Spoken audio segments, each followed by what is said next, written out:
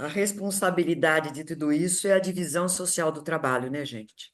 Nós temos que, por mais que estejamos na década de 1920, de 2020, século XX, nós temos que lembrar a história, né?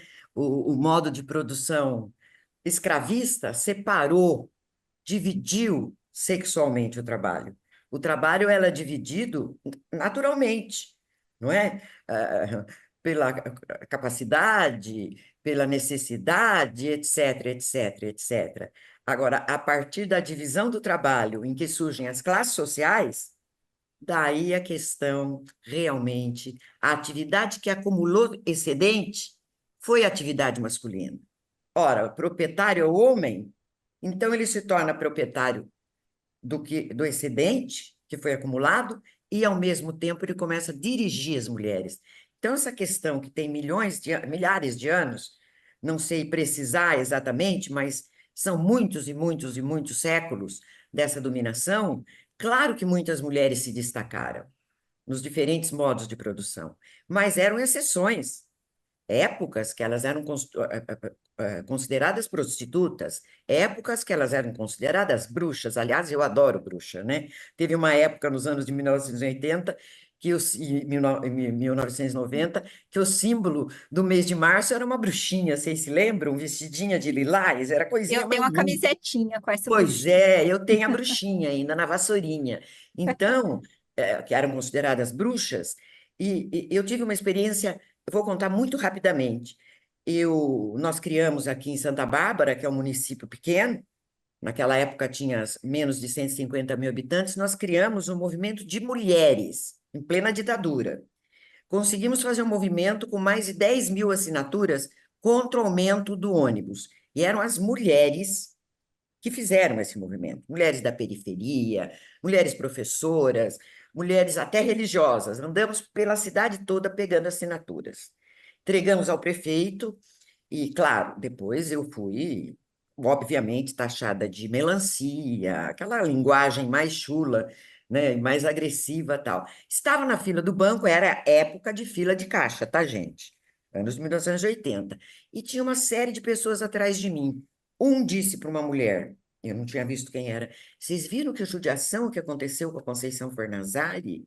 Estão tentando enquadrá-la na Lei de Segurança Nacional. Está uma perseguição terrível, ela perdeu o emprego e não sei o quê, não sei o quê. Sabe o que a mulher respondeu para ele? Bem feito, quem mandou ela se meter em política? Eu olhei para trás, eu conhecia os dois. Eu falei para ela assim: azar o seu, querida, que vai continuar sendo escrava dos homens. Eu só falei isso, que é bem feito, quem mandou se meter em política. E esse se meter em política não é necessariamente política partidária, é qualquer tipo de política que signifique avanço. Avanço da luta das professoras, avanço na luta dos auxiliares, avanço na luta dos trabalhadores em geral. E no nosso caso, mês da mulher, o avanço das conquistas das mulheres. É isso que a gente precisa carregar. Porque se a mulher avança, nos seus direitos, nas suas conquistas, seus filhos também avançam. E até os homens. Por que não? Uma luta que é de muito tempo. Luta por creches, luta por escolas de É, educação infantil públicas. E nós não temos, em pleno 2025, o número suficiente de vagas para as crianças, que não é só para que a mulher possa trabalhar, mas é o desenvolvimento, não é, cognitivo, social, etc., da criança. Então, ainda há muito que se fazer, e por isso que essa discussão não é anacrônica e não é repetitiva. Temos que caminhar.